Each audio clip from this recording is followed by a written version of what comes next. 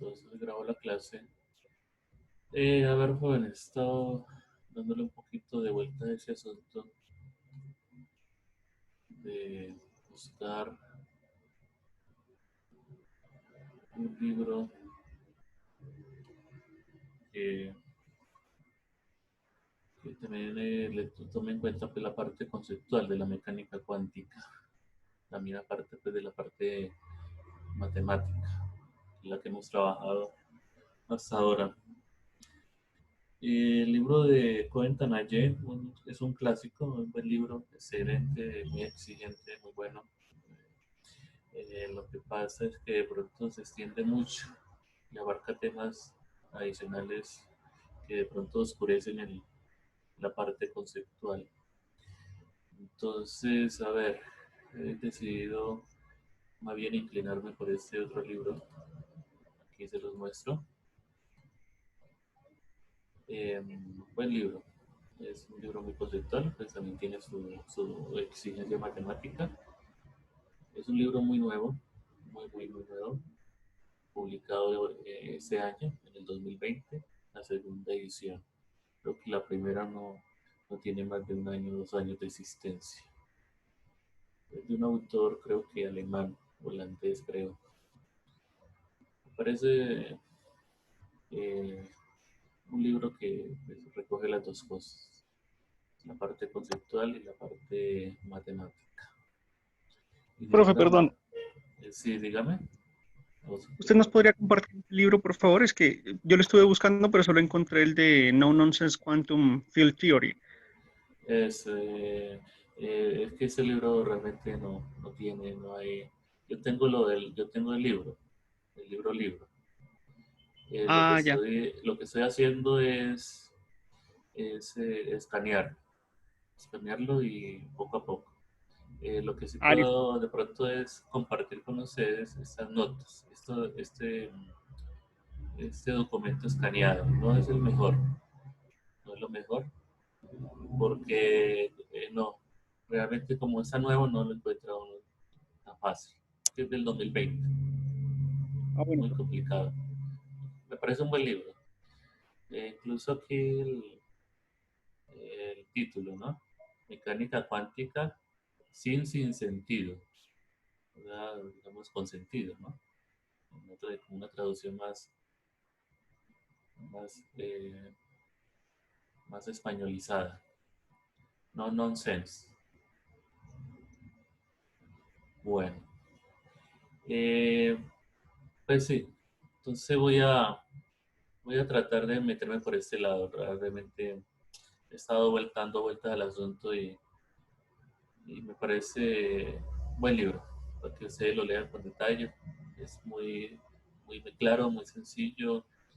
Los conceptos los van dando de una manera muy acertada y afortunadamente pues tenemos unas matemáticas muy bien desarrolladas que nos va a permitir entender el lenguaje que se maneja, ¿no? Eh, la parte vectorial, las bases, producto interno, el operador aritmético, eh, el KET, el BRA, etcétera. Entonces, yo creo que eh, vamos a desarrollarlo sin ningún inconveniente desde el punto de vista matemático y la parte conceptual que la trabajan, aquí la van dando en el texto sobre entender la mecánica cuántica. Bueno, entonces, sin más detalles, ustedes están aquí viendo el libro. Entonces, lo primero es, el primer capítulo trabaja sobre dice la mecánica cuántica desde un punto de vista de vuelo de pájaro, ¿no? A ver si, como en español, ¿no? Una vista uh, amplia eh, de la mecánica cuántica. Entonces, en este primer capítulo, eh, voy a agrandarlo un poco. Como le digo, estas son escaneadas con mi celular y no, de pronto no es lo mejor. Pero yo lo voy a subir después ahí al Coes, a subir ese documento para que lo tenga. Bueno, entonces, a ver, La mecánica cuántica dice aquí que es bastante simple desde su base, desde el punto de vista de sus cimientos. Lo que pasa es que las aplicaciones, ciertas aplicaciones, sin embargo, pueden ser extremadamente difíciles y complicadas. Y por esa razón es fácil perderse en el bosque debido a los árboles.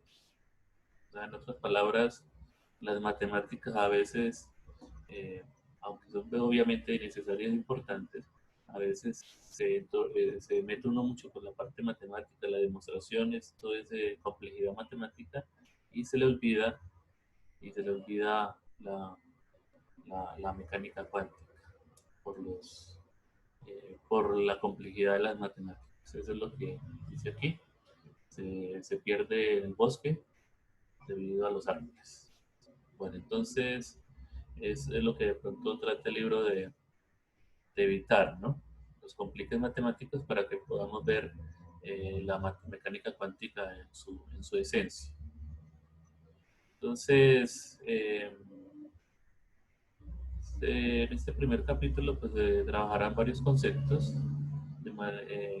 conceptos y gradualmente se va refinando eh, hasta que se entienda de una manera eh, hasta que se logre entender para que se esté listo para las aplicaciones prácticas en el mundo real. Eh, entonces, aquí se empieza con una categorización amplia. Eh, y lo primero que se trabaja son tres elementos esenciales a la hora de abordar la mecánica cuántica, que son el concepto de vectores, operadores, funciones de onda, que ya lo hemos trabajado, no hay problema con esa parte. Las ecuaciones, la ecuación de Schrödinger y las relaciones de conmutación. Esta parte es realmente lo que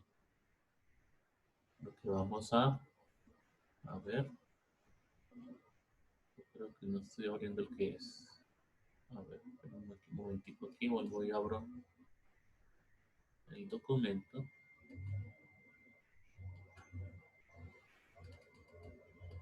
para poder escribir encima. A ver,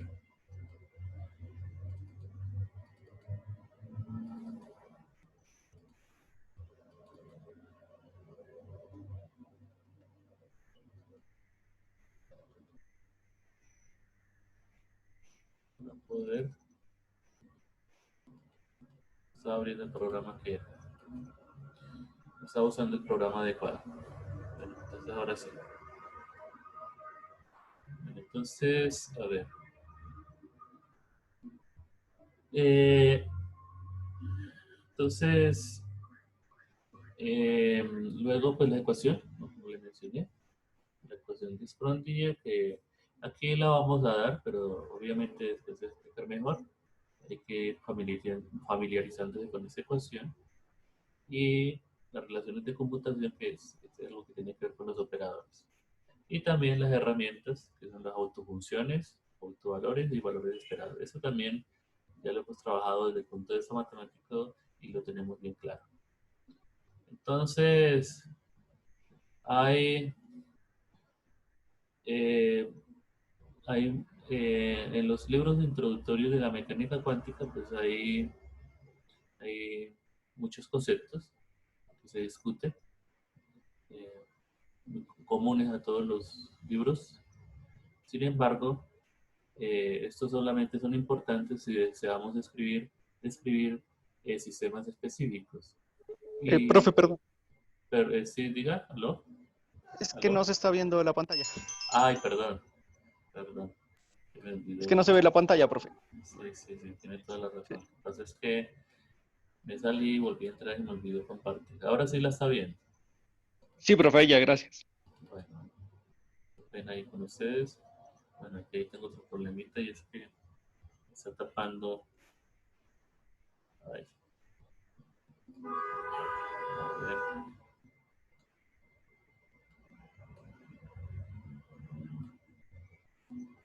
ok, bueno, listo. Ahí está bien. Sí, sí, sí, qué pena con usted. ¿Sí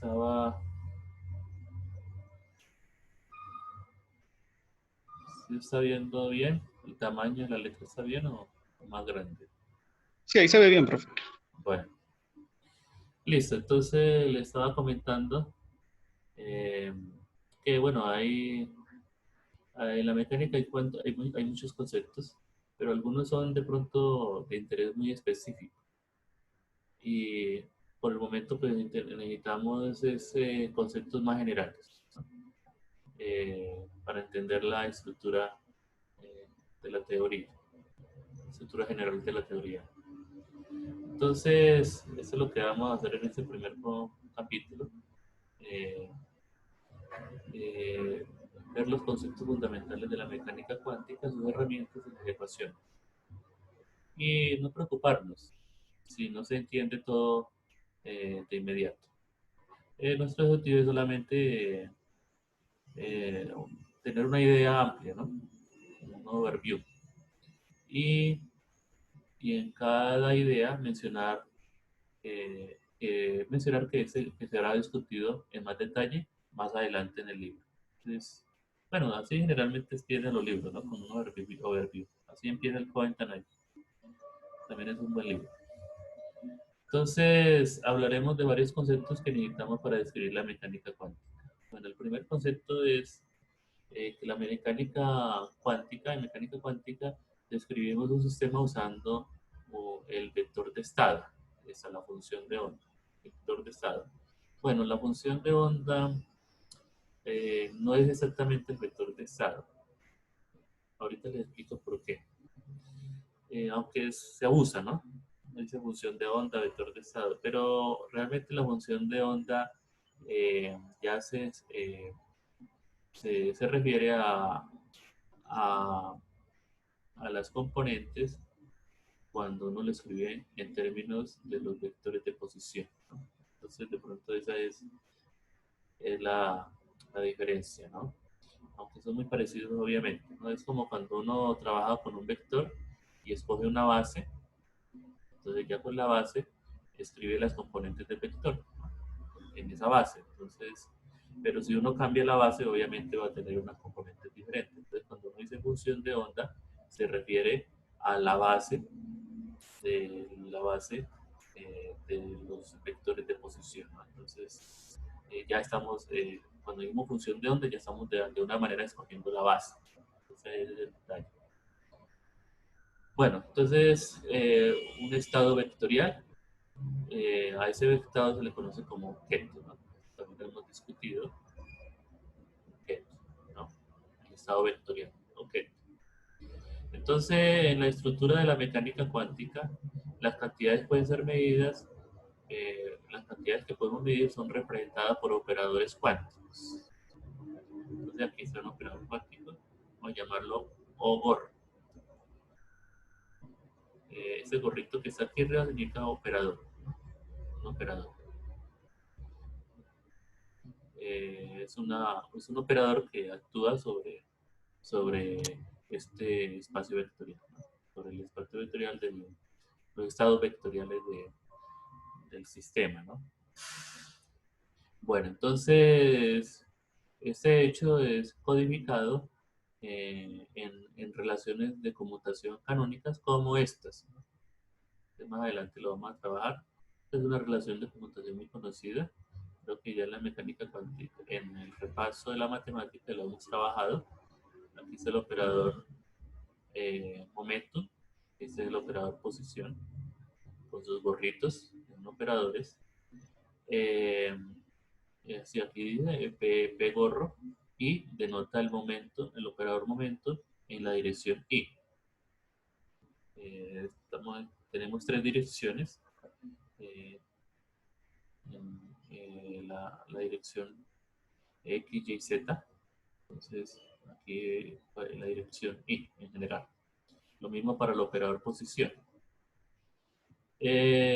Lo más importante, el punto más importante es que en mecánica cuántica las cantidades como el momento y la posición no son representadas por meros números.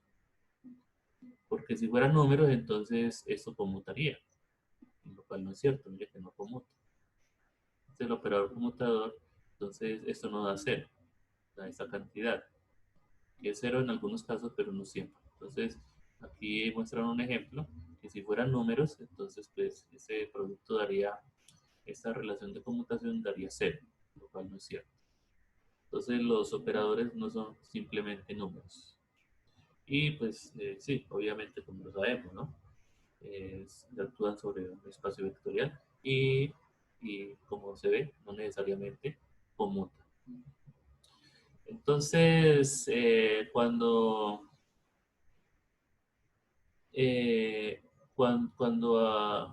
aplicamos we act with these operadores de medida sobre un vector, un estado vectorial, el resultado, como resultado tenemos, se obtiene el valor que sería medido en el experimento. O sea, cuando aquí estamos, aquí tenemos el operador eh, que indica una cantidad física. Cuando actúa sobre un estado vectorial, eh, da como resultado lo que uno mide, llama el O esperado, la medida esperada, veces el operador, el vector, estado vectorial. ¿Sí? Este es el número esperado. O sea, cuando uno realiza la medida, esto es lo que obtiene, esta cantidad. Si el sistema se encuentra en ese estado vectorial y uno quiere medir la cantidad asociada con el operador. Por ejemplo, si es un momento, entonces aquí mide el momento de la partícula. Si es la posición, entonces aquí con eso identifica el lugar donde se encuentra la partícula. Es lo que se hace pues en la mecánica cuántica. Bueno, entonces aquí hay un ejemplo. Por ejemplo, imaginemos que hemos preparado un electrón tal que su momento valga eso, la cantidad de movimiento de la partícula. 3.21 kilogramos por metro sobre segundo. Eh, es lo que es el valor que obtiene uno para el momento de la partícula. Y uno mide y encuentra ese valor para el electrón, su momento. Entonces, en nuestra framework, nuestro formalismo, describimos el electrón usando el ket, este ket, que indica que la partícula tiene ese respectivo momento. Al aplicar el operador momento sobre ese estado vectorial, obtenemos el momento del sistema. Miren, aquí está, cuando valor P, actuando sobre el ket, el estado vectorial en el cual se encuentra la partícula. O sea que aquí en el ket, aquí está la información sobre el momento de la partícula. Aquí está toda la información de física de la partícula. Entonces ahí está indicando que este ket específicamente está indicando que la partícula tiene un momento de 3.21 kilogramos por metro sobre segundo. Entonces cuando queremos saber qué medida obtenemos, entonces aplicamos el operador un momento sobre ese ket y nos da, aquí está lo que uno mide en el experimento, veces el, el estado vectorial. Entonces, esa es la manera, digamos, de, esa, de saber el resultado que vamos a obtener de la medición, el resultado experimental.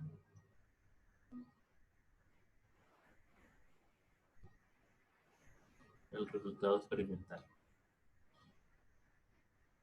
Entonces, sin embargo, puede que, a ver, sin embargo, we only get a simple resultado. Obtenemos ese resultado simple en nuestro sistema si está, si corresponde a un autoestado del operador en cuestión.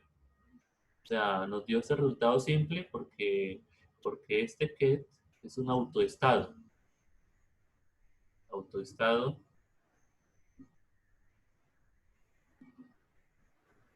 del operador momento. Por eso nos dio tan simple, porque eso es el autoestado del operador momento. Eh, para cada operador tiene sus autoestados específicos, su conjunto de autoestados específicos, llamados así autoestados. Entonces, o vectores propios también se le puede llamar, ¿no? Autoestados o vectores propios. Entonces,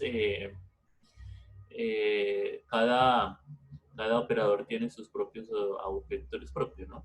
El espectro, ¿no? Ya también lo hemos indicado pues, en la parte matemática, cuando uno hablaba de los autovectores y autovalores. Eh, estos autoestados son los bloques de construcción básicos para todos los estados vectoriales y que usamos para describir los sistemas cuánticos. De manera más técnica, podemos usar los autoestados de un operador dado como base. Entonces, aquí es importante, como tenemos, ya nosotros manejamos el lenguaje, entonces no tenemos problema en entender qué significa una base de vectores, ¿no? Para el espacio vectorial, el cual contiene nuestros estados vectoriales. ¿Sí? O sea, bueno, ya también lo hemos estudiado, y la base de los autovectores son, pueden formar una base del espacio vectorial. Entonces, eh, un estado vectorial eh, representa un autoestado de un operador particular si a ver, un estado vectorial representa un autoestado de un operador particular si la medición de la cantidad asociada siempre produce el mismo resultado. Ok. Eh,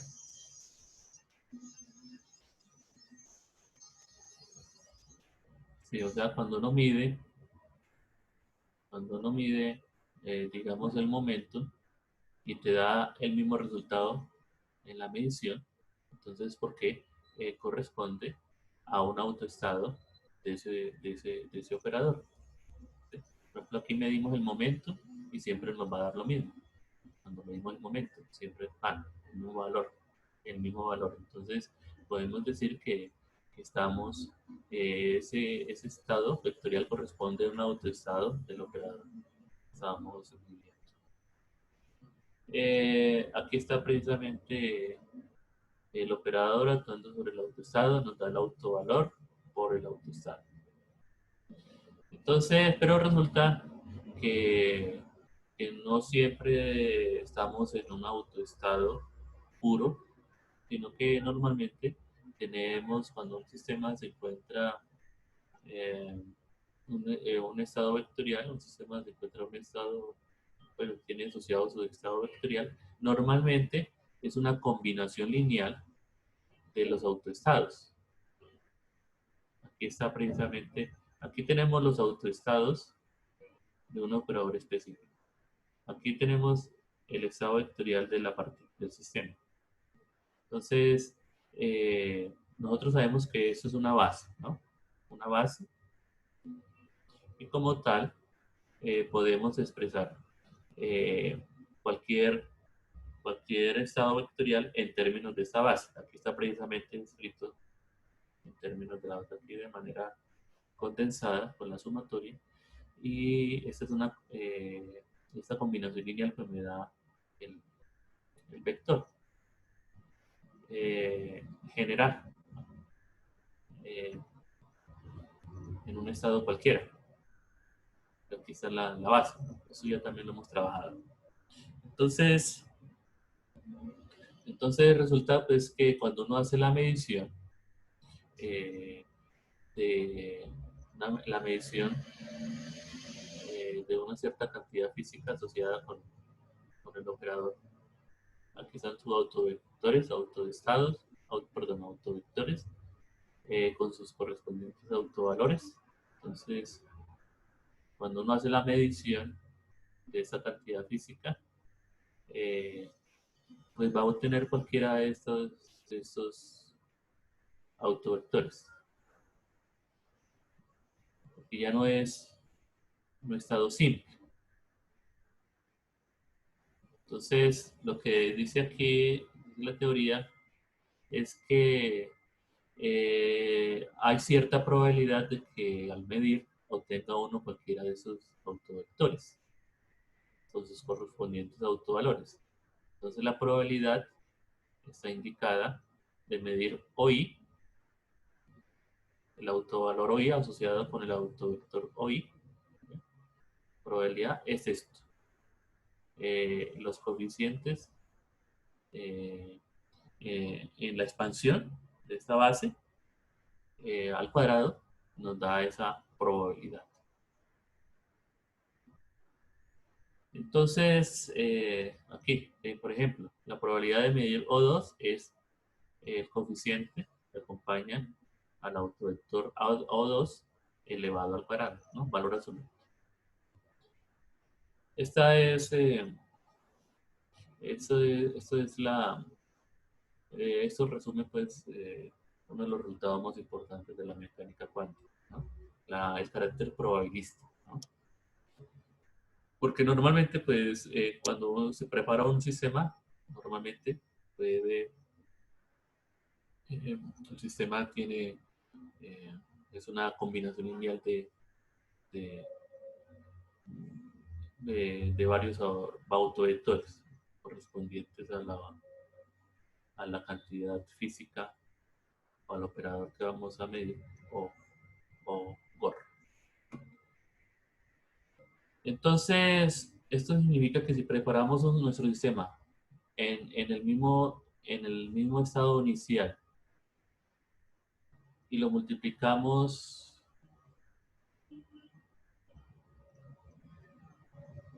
así, en el mismo estado inicial, múltiples veces, y medimos, por ejemplo, el momentum, no siempre vamos a obtener el mismo resultado, ¿sí? Porque ya es un carácter probabilístico. En vez de eso, algunas veces vamos a obtener cierto valor con una probabilidad, al medir, por ejemplo, el momento P1. Y algunas veces obtenemos otro valor, por ejemplo, P2, con cierta probabilidad. ¿Sí? Preparamos el sistema y cuando hacemos la medición no todas las veces vamos a obtener el mismo valor, sino valor dado específico con cierta probabilidad. Si hacemos la medida podemos obtener otro valor. Entonces ahí vamos a ver que no siempre logramos el mismo resultado de la medición. Entonces, para que esto tenga sentido, el cual no un testado, necesitamos una herramienta adicional. Bueno, ya lo trabajamos, los famosos BRA, los BRAs. Ya ustedes conocen ese significado matemático. Aquí, como siempre, arrojan las cosas, como cualquier libro de mecánica cuántica, sin mucha profundidad, ¿no? Entonces, este de pronto es el talón de Aquiles, ¿no? Nosotros tenemos ya una formación matemática que nos permite tener más claro estos elementos. Entonces, ¿cuál es la ventaja de trabajar con los BRA y de alguna manera, pues, identificarnos, saber que esto es un producto interno, ¿no? Ya lo tenemos también claro. Entonces, hacemos el producto interno del el estado vectorial con uno de los autovectores del operador del observable, ¿no? Del operador o por. Entonces, ¿qué es lo que qué es lo que vamos a obtener con esto? Pues vamos a obtener aquí está la demostración, muy sencilla, ustedes la pueden seguir rápidamente. Ustedes ya saben que eso da una delta de Kronecker, porque la base es una base ortonormal, ¿sí? Entonces nos da una delta de Kronecker y finalmente colapsa a esta cantidad. O sea que ese producto interno que está aquí nos dando una de las componentes eh, del estado vectorial, la j componente del estado vectorial en términos de la base de los autovectores del operador del observable OGOR. Y entonces ya con esto pues podemos entonces ver la probabilidad de que la partícula al hacer la medida obtengamos el valor, perdón, ¿sí? Obtengamos el valor OJ. Al medir, obtengamos este valor, la probabilidad es esta. Esto funciona porque los autoestados son usualmente ortogonales, ¿no? Y más que ortogonales, ortonormales. Ortonormales porque también están normalizados los autofunciones, ¿no? Entonces, sí, aquí está, produce un 0, excepto si vale j, que nos daría un 1. Entonces, por ejemplo, queremos saber cuál es la probabilidad de que al hacer la medida nos dé este momento. Trabajemos de nuevo el momento de la partícula, ¿no? Entonces, hacemos el sándwich. Hacemos el producto interno y aquí nos va a dar el coeficiente correspondiente. Entonces, con esto ya podemos saber la probabilidad de que al medir nos dé un momento de 3.20. La probabilidad sería A, y lo tenemos con ese sándwich. Aquí está la demostración. A 3.21 nos daría, nos estaría diciendo qué probabilidad hay de que obtengamos ese valor de momento. 3.21 kilogramos por metro sobre segundo. Otro concepto es el de valores esperados. Yo creo que también aquí de alguna manera ya lo han trabajado en el repaso de la matemática, valores esperados, que es una especie de media aritmética. O sea, cuando uno realiza las medidas muchas veces, como le digo, van a obtener diferentes valores, pero el promedio, ¿no? Sería entonces como el promedio, o la media aritmética. Me gusta más el promedio. Al hacer la medida muchas veces, pues vamos a obtener el promedio, ¿no? Algunas veces vamos a tener cierta variación en los resultados, pero en promedio eh, vamos a tener un valor promedio. ¿Qué es lo que a veces uno hace en la práctica? O los valores, el valor promedio es como el valor más usual, ¿no? El más que uno tiene a nivel, digamos, macroscópico, ¿no? Eh, es como, digamos, como la cantidad física clásica, ¿no? El promedio. Entonces es importante esta cantidad, los valores esperados, ¿no? Que te chupan los valores esperados. Entonces, en nuestro modelo podemos calcular los valores esperados sanduchando el correspondiente operador entre el PRA y el correspondiente GET, el cual describe el sistema. Aquí entonces el valor esperado es precisamente esta cantidad. Entonces, ¿por qué eso es cierto? Aquí está la demostración. ¿Por qué el valor esperado es precisamente el valor promedio de la medición? Aquí está la demostración. Ustedes ya no tienen problema en seguir esta demostración. Aquí lo que se hace es expresar el, el estado vectorial En términos de la base, de lo, en términos de, de la base, eh, correspondiente a los autovectores del operador O. El operador O tiene una base, que son sus autoestados, autovectores, eh, los famosos O. Eh, y entonces, en términos de esa base, la base de autovectores de O, escribo el estado vectorial, ¿no? Es cualquiera. Aquí está. Aquí están los coeficientes. Que depende del estado vectorial en que se encuentre el sistema. Entonces, es fácil de seguir la demostración. No sé si tienen problemas. Seguir la demostración. Aquí está el sándwich. Aquí de pronto colocan esta, esto aquí, pero usted ya sabe que esto realmente es AJC. ¿Ok? O sea, tiene uno aquí el ket, que es ahí. Aquí, el ket, sí. Sumatoria. ¿Sí? Ahí. Hoy. Entonces el bra lo podemos expresar de esta manera. Como ahí, hoy, de esta manera. Pero uno los puede sacar, ¿no? No hay problema, que es lo que hacen aquí. No hace falta, ¿no? Pero si lo quiere sacar, pues lo podría colocar de esa manera. Ay, perdón. Como ahí, estrella. Lo que hacen acá. Aquí le colocan daga, ¿no? Daga o adjunto complejo conjugar, básicamente.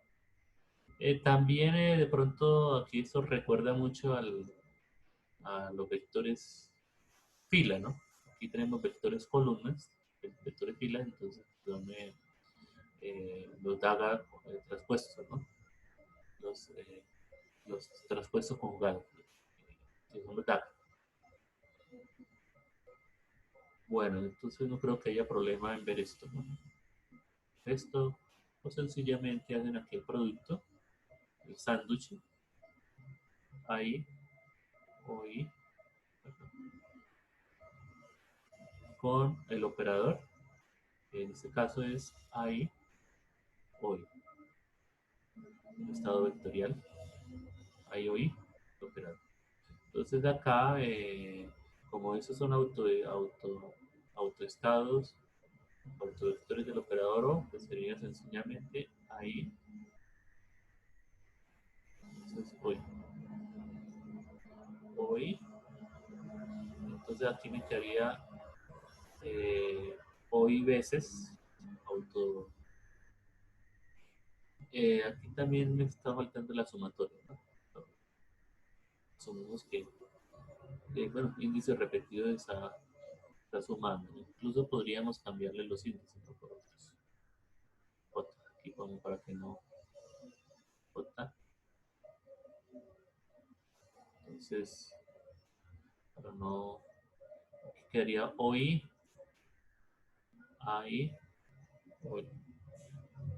Entonces, ahora sí hacemos el producto interno aquí. No hay problema. Lo que hacen aquí, la demostración. Y finalmente se llega a ese resultado. Entonces, el valor esperado. Mire que aquí está la razón por lo que le llama promedio. Precisamente esto que está aquí es la probabilidad, ¿no? La probabilidad de que el sistema se encuentre en el iésimo, eh, la probabilidad de que el sistema arroje el valor, el iésimo autovalor. Esa probabilidad multiplicado por el correspondiente valor, autovalor, o I por probabilidad, PI, me está dando precisamente la media aritmética. Probabilidad por autovalor, así, uno por uno. Entonces estaríamos utilizando, de alguna manera, nos estaría dando el promedio, ¿no? El promedio, el valor promedio. Por eso, pues, aquí está la demostración y por eso le llama esto vacuum, perdón, detection valor esperado. Aquí dice, en otras palabras, esto significa que multiplicamos cada salida posible por OI con la probabilidad para medir este valor y entonces al sumar sobre todos esos términos, ¿sí? Tenemos el valor esperado. Formulado de manera diferente, calculamos el valor esperado esencialmente que valor esperado produce esencialmente un peso, ¿no? Estadístico, ¿no? Aquí, al sumar sobre todos los valores posibles. Peso, ¿no? Es otras palabras. Eh, el resultado de tal suma, de tal suma, de tal peso, nos ayuda a entender cuál es la medida promedio. A ver, ¿cuál es, qué mediremos en promedio? ¿Sí? En promedio. Desde el punto de vista clásico, pues es lo que uno maneja, ¿no? Los valores promedios. Entonces, bueno, también hay que tomar en cuenta que nosotros estábamos trabajando con un operador, una, eh, con cierto operador, pero bueno, si cambiamos de operador, pues tendríamos unos autoestados, un conjunto de autoestados diferentes, ¿sí? Esto significa que podemos también expandir el estado vectorial en términos de los nuevos autoestados diferentes, ¿no? Para otro observable. Aquí, por ejemplo, estamos trabajando con un nuevo observable que es el O tilde, el operador O tilde, con sus autoestados, los O y tilde. Y aquí estarían entonces los coeficientes, que en este caso serían los B, en términos de esos nuevos autoestados. Entonces vamos a obtener otras probabilidades diferentes para este nuevo observable. La idea clave es que si estamos interesados, por ejemplo, en el momento del sistema, podemos expandimos nuestros estados vectoriales generales en términos de los de los momentos, autoestados de momento. Pero si estamos interesados, por ejemplo, en la energía, tendríamos que expandir el estado vectorial en términos de los autoestados de energía, y así sucesivamente, ¿no? Eso depende de qué queremos medir. Los números AI y BI los obtenemos expandiendo el estado vectorial general y, nos dice directamente la probabilidad de medir un resultado dado. Por ejemplo, ¿sí? La probabilidad de medir sería para el caso de una cantidad física de un observable ahí, pero en términos de otro observable, pues un valor diferente, ¿no? PI. Bueno, entonces, de otra manera, expandiendo un estado vectorial general, produce unos coeficientes, ¿no? Unos AI o unos BI, los cuales están relacionados directamente con la probabilidad de medir cierto valor. A ver, y no solamente eso, podemos también hemos trabajado con casos discretos, ¿no? Hemos trabajado con sumas, pero también podemos trabajar con cantidades continuas, caso continuo, posibles salidas continuas. A ver, sí, posibles salidas, sí. En este caso, en vez de trabajar con una suma, pues trabajamos con una integral. Bueno, en el fondo sabemos que una integral es una suma, ¿no? Llevada al infinito. Entonces, la diferencia es que aquí las cantidades que uno mide son continuas, ¿no? No son discretas. Entonces, aquí vemos la suma se ha convertido en una integral. Aquí están los coeficientes como antes, exactamente lo mismo, pero aquí hablamos de una integral. Aquí está la variable de integración, la O, para nuestros observables, ¿no? Nuestras cantidades físicas a menos. De nuevo, aquí pues el coeficiente, este coeficiente que está aquí, nos daría entonces, eh, nos estaría dando la probabilidad, ¿no? De cierto modo, la probabilidad de medir cierta cantidad eh, física, ¿no? O un valor específico. Por ejemplo, le traemos un caso especial que es el, el estado eh, de las posiciones, ¿no? Aquí está. Eh, posición, la, en este caso las posiciones a lo largo del eje X, eh, que son que son continuas, ¿no? Porque la partícula puede estar en cualquier posición de manera continua. Entonces, lo que hacemos es expandir el espacio vectorial, el estado vectorial en términos de las posiciones. Esa es la integral. A esto, cuando uno escribe en términos de la base del operador posición, X gorro, entonces los coeficientes, a eso se lo conoce como la función de onda realmente. Función de onda. Cuando uno escribe el estado vectorial en términos de la base, en términos de los autoestados del operador posición. El operador posición tiene unos autoestados que son los X, y cuando uno escribe en esa base específica, entonces ahí es donde tiene la función de onda. Entonces uno a veces abusa el lenguaje y uno dice que esta es la función de onda. Realmente es este.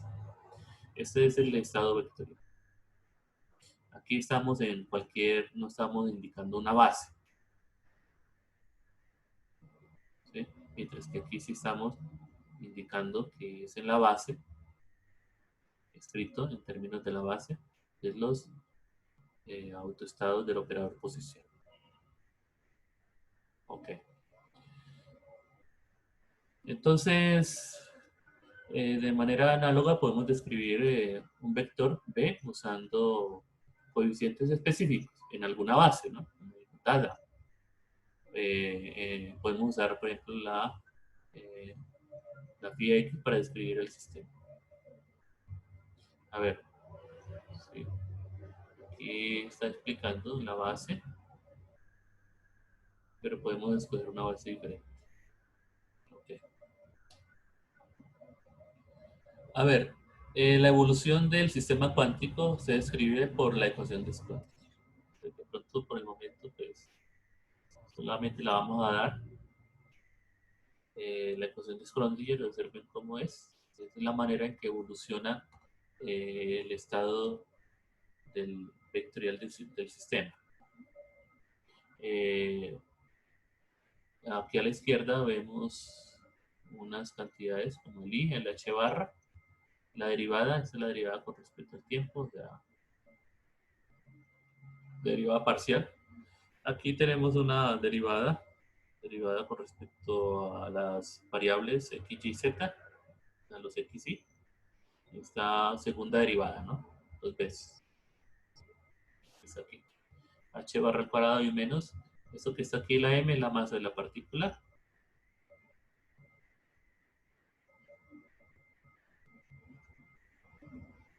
Es el estado vectorial. Esto que está aquí es el potencial al cual está sometido la partícula. Potencial, eh, la energía potencial, ¿no? No, no. A ver. energía potencial. Sí, sí, energía potencial. Ok, observen que aquí está en términos de los operadores. Ya, aquí estamos de alguna manera, bueno, las coordenadas de lo potencial generalmente depende de las posiciones. Entonces, eso lo que uno hace es de alguna manera indicarlo como un operador en función de los operadores posición, ¿no? Que está indicado. Aquí precisamente, aquí está en términos de cualquier base, ¿no? Vamos a indicar la base, mientras que aquí está en la base de las posiciones. Entonces ya estamos hablando de funciones de onda, ¿no? Que es lo que uno normalmente trabaja, ¿no? En términos de las posiciones.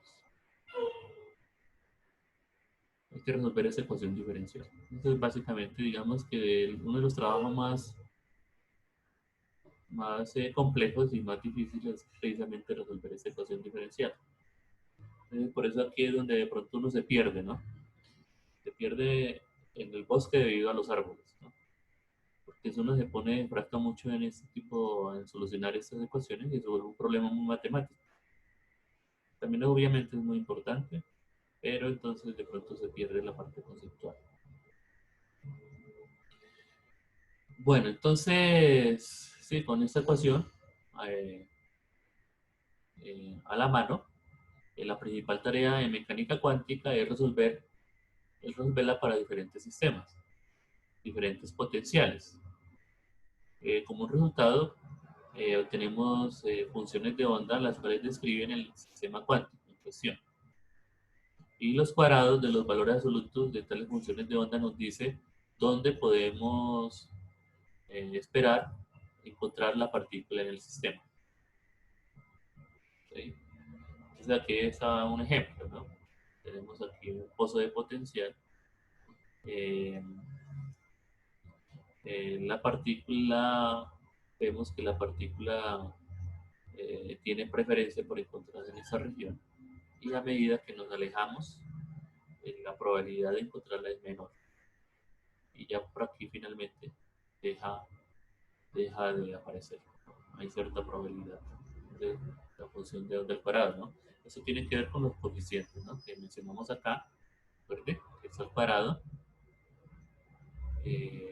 Se nos da la probabilidad, en este caso, como estamos hablando de posiciones, nos daría la probabilidad de encontrar la partícula en ese lugar, ¿no? Al cuadrado. Aquí. Aquí es menos probable y aquí es mucho más probable. Aquí también, por aquí ya sería muy poco probable encontrar la partícula. Efectivamente, estamos en un pozo de potencial, la partícula se encuentra confinada a esta región. Entonces, por fuera, más allá de esta región, pues, es difícil encontrar, casi imposible. Pero mire que eso ya es un efecto cuántico, ¿no? Clásicamente la partícula solamente podría ir hasta aquí, pero cuánticamente la partícula incluso puede penetrar, incluso encontrarse un poco más adentro de, de, de- de la región clásicamente posible. Aquí vemos otra configuración diferente. Vemos que aquí en el centro la probabilidad es cero de encontrarla, mientras por aquí en esas regiones la probabilidad es más alta de encontrar la partícula. Y es lo mismo, cuando nos alejamos en esa región ya es poco probable encontrar la partícula.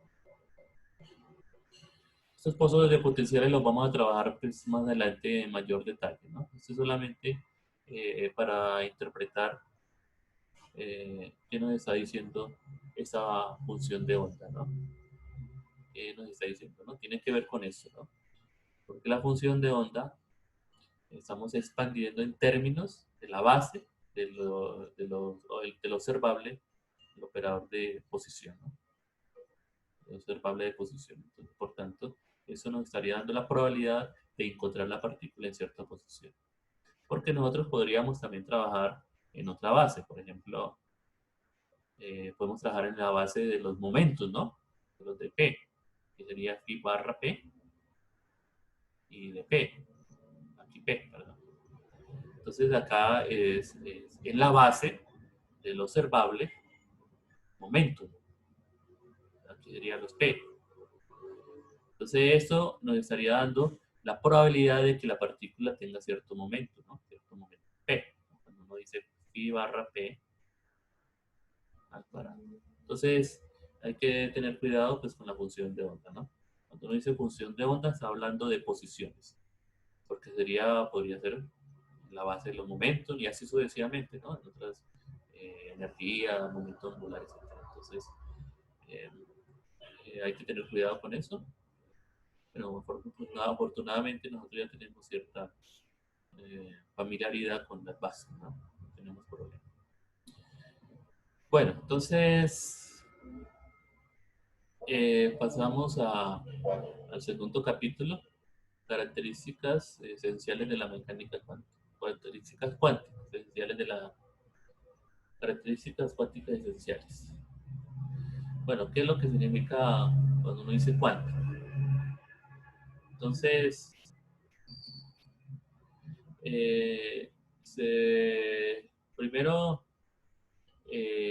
la necesidad de escribir, vamos a discutir la parte de la necesidad de describirla. Necesitamos ondas para describir las partículas. Aquí algunas propiedades físicas a ver, son physical properties are cuantidad. Las propiedades físicas están cuantizadas. Y aquí tenemos sistemas cuánticos que tienen una incertidumbre eh, inherente. Hasta los sistemas cuánticos tienen una incertidumbre inherente. Bueno, entonces hablemos sobre eso. Aquí una frasecita de Richard Feynman, que una vez enfatizó en sus clases, sus conferencias, que hay un experimento que tiene, a ver, has in it, contiene el corazón, la base de la mecánica cuántica. En realidad, este contiene el único misterio de la mecánica cuántica. Este experimento es el experimento, volvemos otra vez al experimento de la doble rendija. Bueno, este es un experimento muy importante. Eh, repetirlo no está mal, desde muchos puntos de vista. A ver, lo primero es un experimento pues, muy clásico utilizando pelotas o bolas, pelotas normales, que son eh, contra una pared que tiene dos rendijas, a través de las cuales las pelotas pasan, ¿no? Atraviesan. Un experimento pues bastante aburrido, ¿no? Bastante aburrido porque pues si se hace este experimento, un arma que lance pelotas, bolas, y que que pasen a través de las rendijas, pues usted lo que va a ver aquí, los impactos en la pantalla de observación, va a observar esto, ¿no? En los lugares donde impacta las pelotas. Se ve aquí. Un experimento, pues, muy. No deja, no, digamos que es lo que uno esperaba, ¿no? Lo que uno espera. Las pelotas pasan a través de las rendijas y se golpean, pues, obviamente, en el centro, ¿no? De pronto habrá alguna que de pronto por aquí rebote y de alguna manera pegue por aquí, ¿no? Son casos muy inusuales. Pero normalmente todas van a impactar aquí en el centro. Otras se van a quedar aquí en el camino, ¿no? Pero vamos a ver de pronto unas franjas. Lo que pasa es que estas rendijas realmente están muy pegadas, ¿no?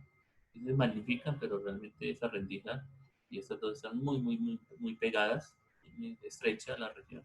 De tal manera, pues que aquí no se ve prácticamente esa pequeña, digamos, región, eh, esa región, digamos, donde no impacta, ¿no? Pero es muy estrecho, por tanto, pues uno lo que observa es este mamarracho, ¿no? Aquí, pues, si tapa uno una rendija, pues va a ver el mamarracho a la izquierda, y si tapa la otra rendija, pues va a ver el mamarracho a la derecha. Entonces, si une las dos, pues eso es lo que va a observar, ¿no? Esto, en conjunto. Lo que pasa por la izquierda más lo que pasa por la derecha. Pero si el experimento se hace con ondas, por ejemplo, ondas de agua, ondas de sonido, ondas de luz, etcétera, y se lanza la onda contra las dos rendijas, ahora no es tan, el experimento no es tan aburrido, porque aparecen cosas muy interesantes.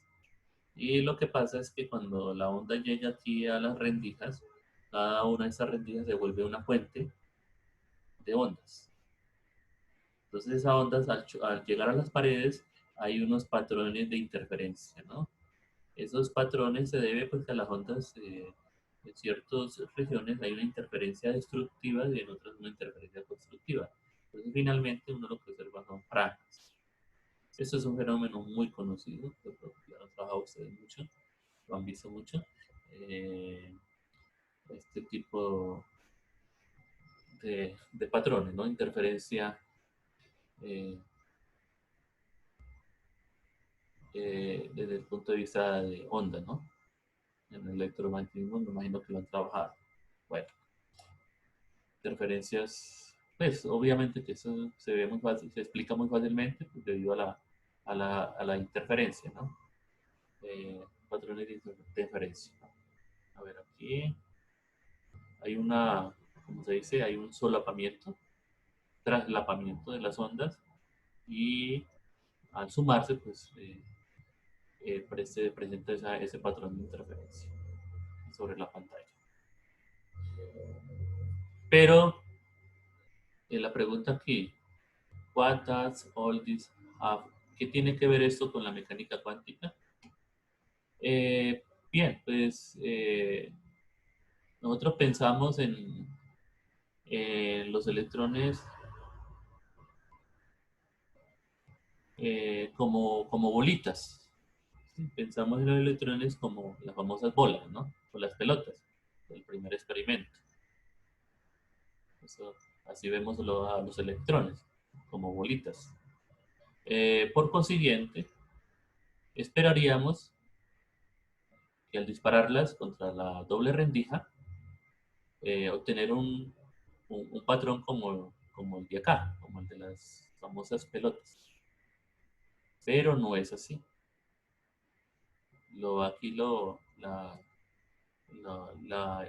cosa loca, crazy, es que cuando hacemos el experimento de la doble rendija con los electrones, en realidad vemos un patrón de interferencia en la pantalla. Eso es lo crazy, ¿no? Lo loco.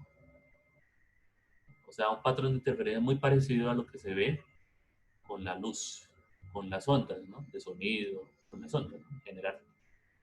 Se ve que cuando se lanzan los electrones, se ve sobre la pantalla esto. Al principio, si lanza uno un electrón, pues uno ve que cositas como esa, ¿no? Chocan aparentemente de manera, no se ve ese patrón, pero a medida que uno va viendo más electrones llegar a la pantalla, comienza a verse ese patrón. Aquí finalmente lo veo, ¿no? Ya que los electrones se concentran o llegan en mayor proporción en cierta franja, ¿no? En ciertos lugares. Un patrón de interferencia, lo que uno está viendo realmente. En el caso de las ondas, pues esos serían los los lugares de mayor intensidad. Pero para los electrones tiene que ver con el conteo, ¿no? De llegadas. Aquí llegan más electrones a esos lugares que en estos otros lugares, ¿no? Prácticamente no llegan. Eh, o sea que los eventos que medimos son discretos sobre la pantalla. Unos clics, ¿no? Pero si graficamos muchos electrones, determina que en cada lugar vemos un patrón que se observa en el caso de las ondas de agua. Podemos ver el mismo comportamiento para la luz. El caso de la luz es curioso porque la luz, pues ya en ese tiempo, antes de la llegada de la mecánica cuántica, la luz ya se sabía que tenía eh, un comportamiento de partículas, ¿no? Con los famosos fotones. Entonces en la luz también se ve este conteo de fotones que van a llegar, ¿no? Se ve ese mismo patrón. Entonces, eh, pero pues como la luz teníamos ese concepto de las ondas electromagnéticas, pues entonces con la luz era pues realmente fácil de entender, ¿no? No era una sorpresa. Lo sorprendente es para el caso de las partículas muy pequeñas como los electrones, que tengan también ese patrón de interferencia. A ver, sí, aquí está precisamente diciendo esas partículas de luz, fotones partículas, son partículas precisamente en el mismo sentido que los electrones. Ok, ok. Eh, los físicos han observado experimentalmente este comportamiento, aunque todavía todavía luchamos para entenderlo. Realmente es algo complicado, ¿no? De entender. Desde el punto de vista matemático no es difícil, pero eh, entenderlo, ese comportamiento de las partículas, como los electrones, como tener ese comportamiento ondulatorio, realmente es algo que todavía escapa a nuestro entendimiento, ¿no? A ver, there is no problem, sin embargo, en describir el fenómeno, and this is what, eso es la mecánica cuántica, a ver, this,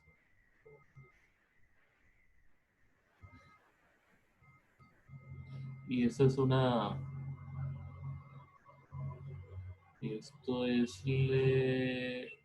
lo que la mecánica cuántica primariamente es acerca, ¿no? Sobre esto es que a esto es que se dedica la mecánica cuántica, ¿no?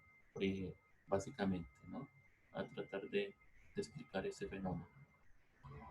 Entonces, llegamos a ese resultado aquí recalcado en negrilla y encerrado, resaltado, que nos dice que mientras los electrones, bueno, mientras los electrones como las otras partículas elementales son objetos discretos, necesitamos ondas para describirlas. A ver, mientras los electrones, como también otras partículas elementales, son objetos discretos, suena bien. A ver,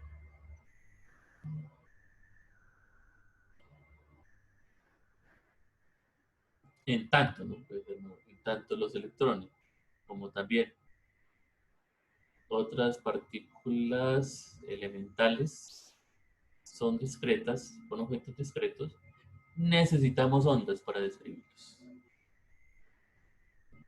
Interesante, ¿no? A pesar de que los electrones, como otras partículas elementales, son objetos realmente discretos, ¿no? Es algo interesante, ¿no?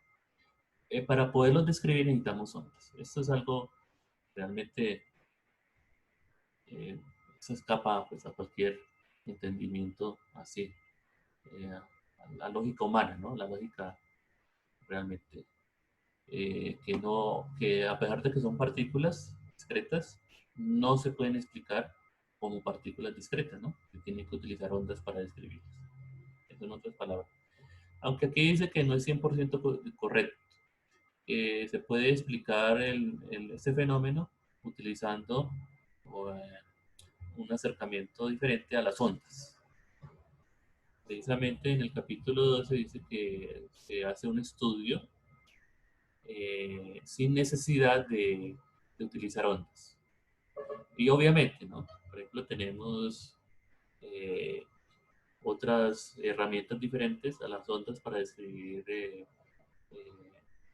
para describir eh, la mecánica cuántica, a ver, utilizando, por ejemplo, eh, la mecánica matricial, por ejemplo, que desarrolló Heisenberg, paralelo un poco antes que Schrödinger, que fue el que desarrolló, desarrolló el comportamiento ondulatorio, ¿no? Y es una herramienta completamente diferente con la cual también se pueden explicar estos fenómenos. Entonces, bueno, pero en general, pues, la más utilizada, la oficial es realmente la de las ondas, ¿no? Describir los objetos, las partículas elementales como ondas, para poder entender lo que estamos viendo en este caso, ¿no? De la doble rendija. A ver, antes de seguir adelante, aquí una advertencia del autor acerca de una cosa.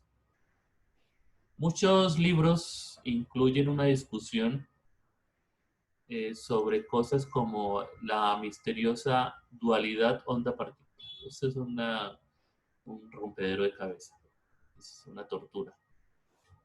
Uno trata de entenderlo y menos lo entiende, realmente. La dualidad onda-partícula. Eso es una discusión, es un término muy acuñado y eh, lo que dice el autor, este autor moderno, de pronto con unas ideas diferentes, es que no nos, no nos matemos la cabeza aquí, no nos matemos, no nos quebremos aquí la cabeza tratando de entender la dualidad onda-partícula, que lo vemos aquí en este fenómeno, ¿no? Sino que sencillamente eh, superemos este problema diciendo que las partículas, como los electrones, fotones, son eso, partículas. Pero sí, son partículas porque cuando llegan a un detector, pues uno ve el clic, ¿no? Son partículas, clic. Pegan en un solo lugar, ¿no? Clic. Eh, como en el caso de los fotones, ¿no? Llegan a un punto y dejan ahí la marquita en la pantalla sensible, ¿no? A la luz. Entonces, y ver las ondas meramente como una herramienta matemática conveniente. Bueno, este es un punto de vista de este autor realmente. De pronto algunos dirán que no es cierto, es complicado, ¿no? Entonces ya entramos en el mundo de la filosofía. Eh, si realmente las partículas existen o no, y ver las ondas como una mera herramienta matemática. De pronto eso nos evita tenemos que quebrar la cabeza tratando de entender la dualidad onda-partícula. De pronto habrán algunos que dirán que no, no es cierto del todo lo que dice este autor. La interpretación de Copenhague es que la onda es la partícula. Bueno, realmente todavía hay mucho que discutir filosóficamente al respecto. Para este autor, Las partículas, los electrones y fotones, todos son partículas realmente. Son partículas y que para describirlo pues utilizamos ondas.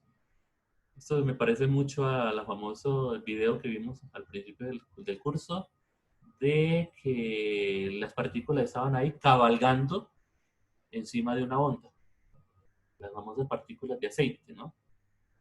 Las partículas estaban ahí cabalgando encima de- del agua, ¿no?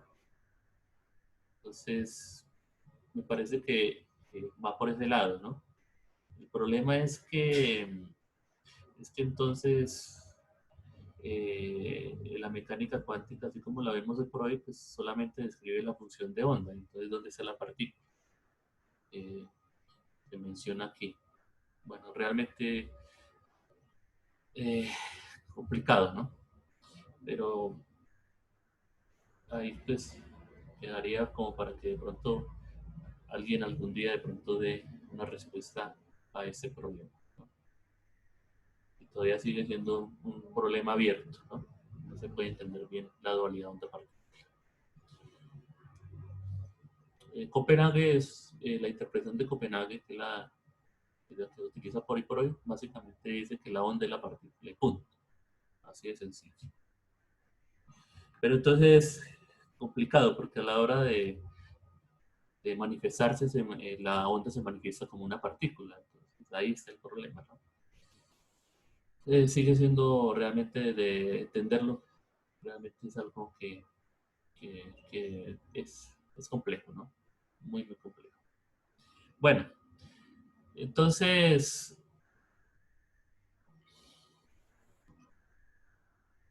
eh, este autor es pues práctico en ese sentido. En el sentido de que decir que las partículas son partículas y que sencillamente las ondas no es una mera herramienta matemática. A ver, visto que la mayoría de gente tiene ondas, usa las ondas como, tiene experiencia con ondas, es por eso que las usamos como la herramienta eh, más adecuada y de alguna manera más intuitiva para entender el comportamiento de los sistemas cuánticos. Esa es la idea de ese señor, de ese autor. A ver, sin embargo, estas ondas describen solamente esta onda, this wave description, esta descripción de onda, es solamente una herramienta matemática. Sigue insistiendo en eso. Y solamente, y esto también es posible para describir la mecánica cuántica completamente sin recurrir a ondas, ¿no? Hay otras maneras de hacerlo, eso sí es cierto. Así que por favor, eh, no se confunda usted mismo en tales discusiones, en la dualidad onda-partícula. Bueno, entonces, incluso en las siguientes secciones, se hablaremos acerca de dos características importantes de la mecánica cuántica. Podemos entenderlas directamente, ambas, cuando usemos las ondas para describir las partículas. ¿Cuáles son? Una tiene que ver con el significado cuando uno dice cuántico. ¿Qué significa eso? ¿Qué, tiene, qué, qué significa cuánto? Cuántico. Mecánica clásica, uno puede, cuando medimos una cantidad de cantidades básicas como la energía o el momento angular, obtenemos cualquier valor que nos imaginemos, ¿no? No hay restricción, cualquier valor es posible para la energía, para el momento angular, etc. Esto no siempre es el caso para los sistemas mecánico-cuánticos. En los sistemas cuánticos, en sistemas, en muchos sistemas, en varios sistemas cuánticos, las cantidades básicas solamente eh, adquieren valores discretos, chunks, conjuntos, chunks, valores discretos, solamente surgen en valores discretos, o cuantos, o cuánto, o cuántos, tales como decimos que estas propiedades están cuantizadas.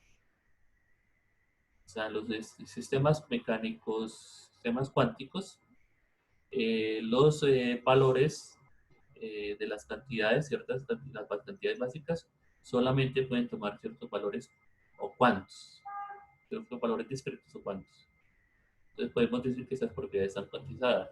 Hay un ejemplo muy conocido por ustedes, que es el de la carga eléctrica, que este es un fenómeno no tan cuántico, ¿no? Es un fenómeno clásico, ¿no? Bueno, eh, clásico en el sentido eh, de que ya es muy conocido de que la carga eléctrica, eh, cualquier medida de la carga eléctrica produce un valor, un múltiplo entero de la carga básica. Eso ya es muy conocido. Eh, la carga básica, no se sabe por qué, pero así es. La carga del electrón o la carga del protón. Y cualquier carga siempre va a ser múltiplos de la carga fundamental. Es la verdad. Eso sí lo conocemos muy bien. No se han visto en la naturaleza eh, cargas más pequeñas o diferentes a esta carga fundamental. Eso es cierto. Pues digamos, sí se conoce la carga de los quarks, que son cargas eh, eh, eh, eh, valores, fracciones, ¿no? De la carga elemental, los quarks, por ejemplo, los quark up, que tiene una carga de 2/3 de la carga del electrón, los down, que tiene 1/3, ¿no? Y son negativos, ¿no? Las antipartículas. El asunto es que como esas partículas no están libres en la naturaleza, siempre están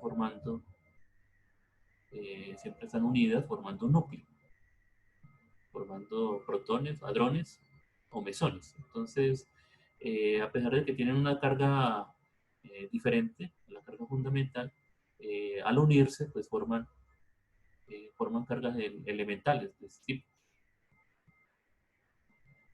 o de cargas nulas, ¿no? O cargas negativas, no sé. O sea que en el fondo tampoco están, tampoco, a pesar de que son cargas fraccionadas, no se ven en la naturaleza, porque están unidos. Entonces, lo que se ve en la naturaleza es esto. No se sabe por qué, obviamente. Hasta ahora nadie ha podido explicar esto. ¿Por qué la carga en la naturaleza eh, tiene, tiene estas cargas? No hay más. Eh, pero bueno, ya es algo muy conocido. Entonces, cuando uno mide una carga cualquiera, esa carga siempre son múltiplos de la carga fundamental. Aquí está. Aquí un ejemplo pues, de una carga, dos cargas. Aquí tenemos una carga de un cuerpo con objeto con mucha carga, en este caso 43 veces la carga básica eh, del electrón, que es una carga, perdón, la carga pues, del electrón es negativa, ¿no? Estamos aquí hablando de valor absoluto, ¿no? De ese valor. Entonces aquí tenemos un fenómeno que es un fenómeno cuantizado, ¿no? Aquí. Cualquier carga siempre es múltiplo de la carga fundamental. Lo que pasa es que esta carga es muy pequeña. Y cuando uno trabaja a nivel macro, eh, pues es tan grande la cantidad de carga que aparentemente uno puede trabajar con cargas fraccionadas. Ahorita les explico por qué. Aquí hay ejemplos, vean. Eh, Todos siempre múltiplos de la carga fundamental, pero usted nunca va a ver esto. ¿No? Nunca va a haber eso en la naturaleza, cargas de ese tipo, fracciones, ¿no? Entonces tenemos un fenómeno cuantizado, la carga. Entonces, ¿por qué cuando uno, por ejemplo, trabaja, por ejemplo, la carga de una esfera, lo que uno hace en el caso, en el caso de cuando uno trabaja, pues, el caso del electromagnetismo, porque ahí sí uno trabaja con fracciones, por ejemplo, 4.806, cosas como esas. Lo que pasa es que realmente aquí hay muchas, muchas cargas fundamentales. Aquí está cálculo. Bien. Hay, usted se imagina 10 a la 16, o sea, hay 3.000 por 10 a la 16 electrones. Eh, ¿Ves? La carga fundamental. Pues no electrones porque pueden ser protones, ¿no? Entonces, carga fundamental, o sea, 3.000 por 10 a la 16 veces la carga fundamental. Y aquí, y aproximadamente, porque pueden haber, porque hay a ver,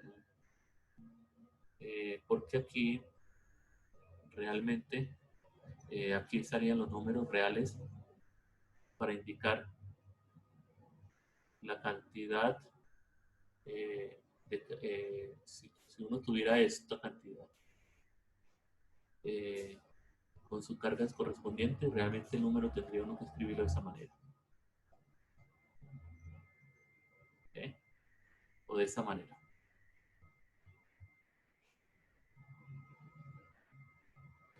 O sea que uno lo que hace, como está trabajando con tanta carga, realmente eh,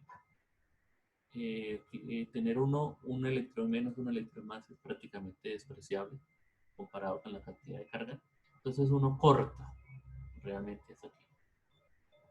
Es por eso aparentemente uno puede obtener cualquier carga, pero realmente lo que pasa es que como está trabajando uno con cargas tan grandes, comparada con la carga del electrón, entonces, o la carga fundamental, entonces por eso uno aparentemente está creyendo que está trabajando con fracciones de carga, pero no es debido a precisamente a ese corte, ¿no?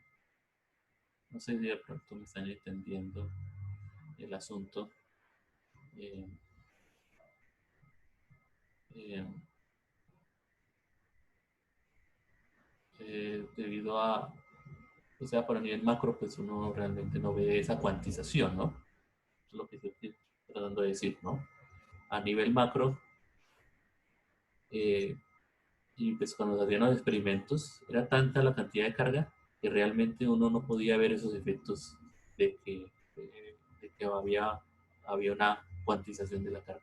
Porque son tantas, que perder uno o ganar uno de electrón realmente no generaba mucha diferencia. Entonces no se veía ese efecto, ¿no? Porque al ganar un electrón o a perder uno, estaría uno tocando por aquí, cifras por acá. ¿Sí me van a entender? Y nosotros estamos manejando con cifras de ese tipo. No más. Imagina uno escribiendo todo eso. Si uno le quita un electrón a la esfera, pues estaría quitando una cifra por aquí. Pues no lo siente, no se ve ese fenómeno discreto. Solamente cuando ya se trabajaron ya con muy pocas partículas, por ejemplo, en el caso de la gota de aceite, en el famoso experimento a ver, de Colón, se me olvidó, el famoso experimento de la gota de aceite. Millikan, por favor. Ah, gracias, muchas gracias, Milton. Porque eran goticas con unas cargas muy pequeñas. Entonces, cuando se le añadía un electrón, o perdía un electrón la gotica, ahí sí se veía el efecto, esa variación en el movimiento ¿sí? Del movimiento de arrastre en en el aire, ¿no? En el rozamiento. Entonces ahí sí se veía. Pero una esfera, pues quitar un electrón o quitar o agregarle un electrón, pues prácticamente era meterse por aquí. Pues, imagínense, ¿no? Pues, no, nada, no se ve ese efecto discreto. Bueno, entonces, pues ahí tenemos un ejemplo, ¿no? De que la carga está cuantizada realmente. Y hay otros ejemplos, ¿no? Eh, a ver, en muchos sistemas, en varios sistemas prácticos, muchos sistemas cuánticos, eh, podemos no,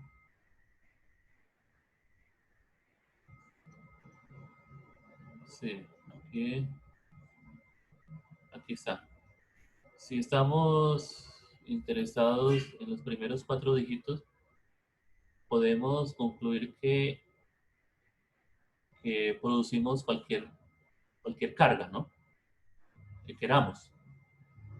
Es solamente cuando medimos las cargas con extrema precisión que notamos que las cargas, eh, el cambio de cargas ocurre de manera discreta, ¿no? Lo que está diciendo aquí, si logramos medir con precisión, altísima precisión, sí podemos ver esos cambios y que ocurren de manera discreta. Pero solamente si tomamos en cuenta todos los dígitos, lo cual realmente es casi que imposible, ¿no? Bueno, objetivamente pues sí es posible, ¿no? Pero de pronto, como hizo Milica, ¿no? Trabajando con cargas muy pequeñas, en donde el fenómeno sí era sensible a pequeños cambios, ¿no? Sí se puede. Bueno, entonces, a pequeños cambios, ¿no? En este caso, eh, ganar o perder un electrón, una carga, era suficiente para ver el cambio. Del mismo modo, ocurren para muchas cantidades físicas fundamentales. O sea, realmente los fenómenos cuánticos realmente están ahí todo el tiempo presentes. Lo que pasa es que pasa como con los electrones, con las cargas. Estamos trabajando con números tan grandes que realmente esos efectos cuánticos no se ven. Eso es lo que está realmente pasando. A ver, un ejemplo de cuantización la encontramos en el caso de los niveles de energía discretos. Cuando ocupan, que están ocupando, eh, ocupados por varios electrones, por los electrones en un átomo. Observe que en electrodinámica clásica, eh, nothing in classical tell us otherwise. Dice otra cosa. A ver. Ok. A ver. Ah, sí. Este fenómeno de los átomos, los niveles de energía, ese realmente no se puede explicar desde el punto de vista clásico, realmente. En mecánica cuántica, sin embargo, los niveles de energía discretos, conjuntos de niveles de energía discretos, siempre es permitido. Eso es permitido. Solo niveles de energía, conjuntos de niveles de energía discretos son permitidos. Conjuntos discretos de energía son permitidos. Podemos observar esto midiendo la radiación emitida cuando un electrón salta de un nivel de energía a otro más bajo. La energía de la radiación es precisamente la diferencia de energía entre los dos niveles de energía, entre los dos niveles, entre los niveles. La energía del electrón no cambia continuamente de un valor a otro. En vez de eso, salta directamente. Esto es donde la noción de saltos cuánticos, aquí viene la noción de los saltos cuánticos. Ok, aquí está, ¿qué tiene que ver todo esto con el hecho de que necesitemos ondas para describir partículas? Ok, pues las ondas naturalmente Bien, las ondas naturalmente cuantizan las propiedades físicas. A ver, aquí hay un ejemplo, con el famoso ejemplo de la, de la cuerda que está bajo una tensión constante. A ver, sí. No importa, eh, no importa cómo hagamos vibrar la cuerda solo vibrará con ciertos conjuntos, ciertos puntos cuantizados, ciertos modos de vibración, ¿no? Cuantizados. Los dos lados están fijos, los dos extremos están fijos, y como resultado de esa ligadura, la cuerda solo vibrará con ciertos modos de vibración, ¿cierto? ¿Sí? En cierto modo fijos. Aquí este es un ejemplo, entonces, un ejemplo como las ondas explican la cuantización. Eso ya es muy conocido por ustedes, famosas ondas en una cuerda. Ahí tenemos con extremos fijos y tenemos con extremo fijo y extremo abierto, ¿no? Esto ya es muy conocido por ustedes. O sea que las ondas realmente resultan muy adecuadas para explicar la cuantización de los fenómenos físicos. Y ahí su utilidad para la mecánica cuántica. Entonces, por ejemplo, consideremos un electrón confinado en una caja. Pasa lo mismo.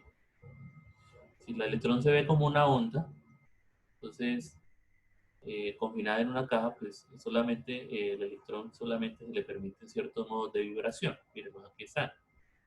Si el electrón se ve como una onda, entonces se podría ver como una onda en una cuerda, ¿no? Exactamente lo mismo. Solamente ciertos modos son permitidos. De ahí la cuantización de la energía de una partícula combinada en una caja. Entonces aquí está la frecuencia de la onda asociada con la partícula dada, está directamente relacionada con su energía. Aquí está.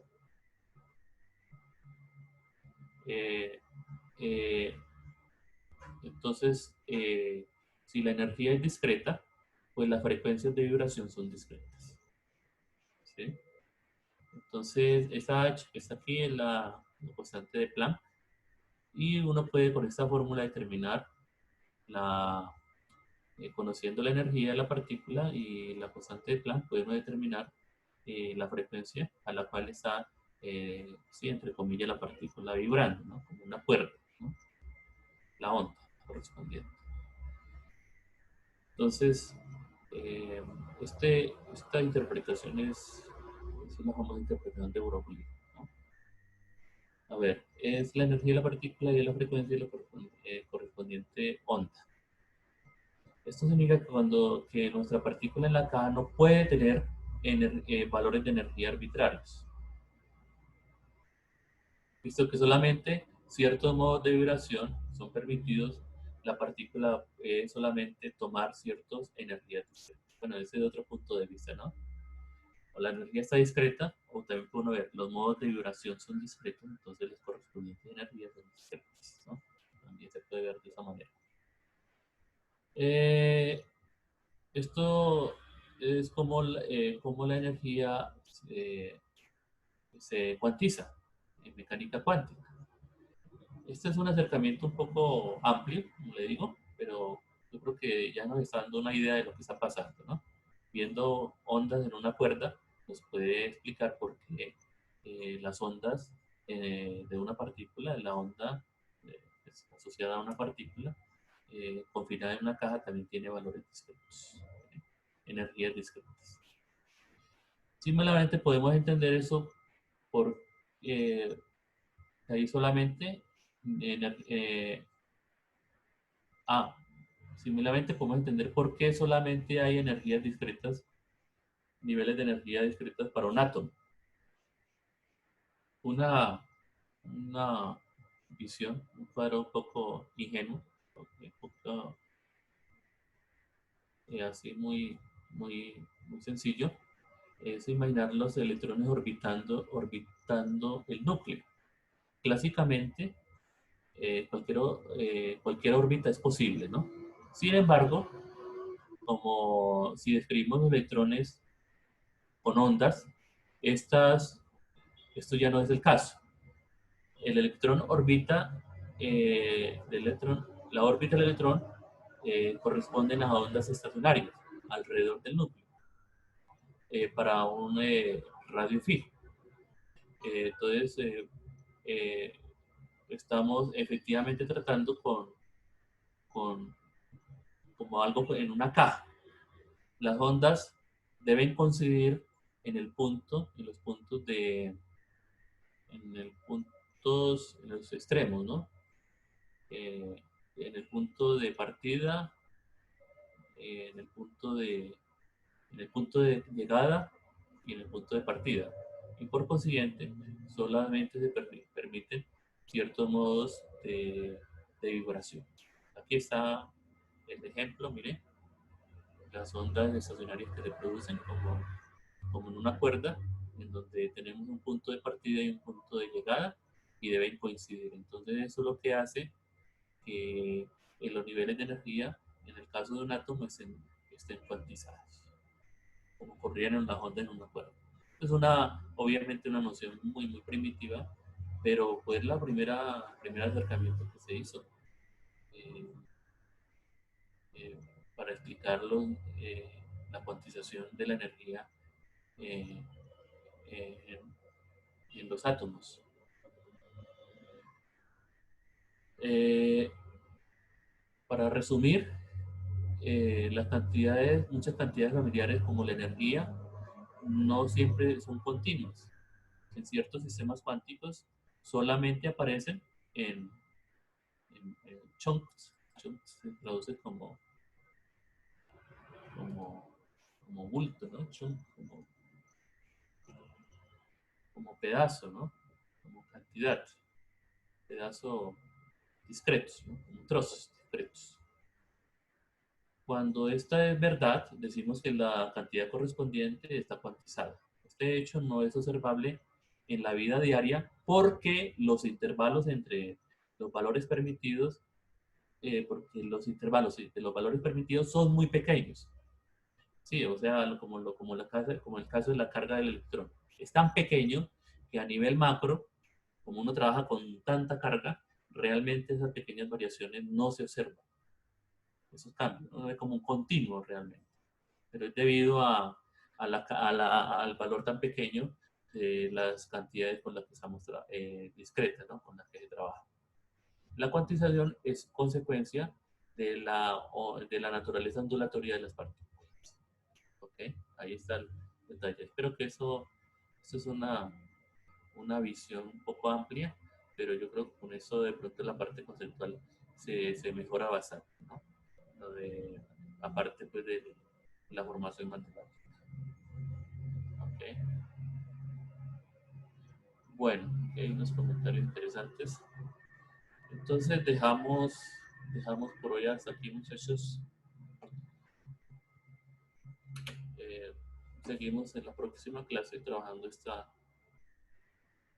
estas ideas tan interesantes.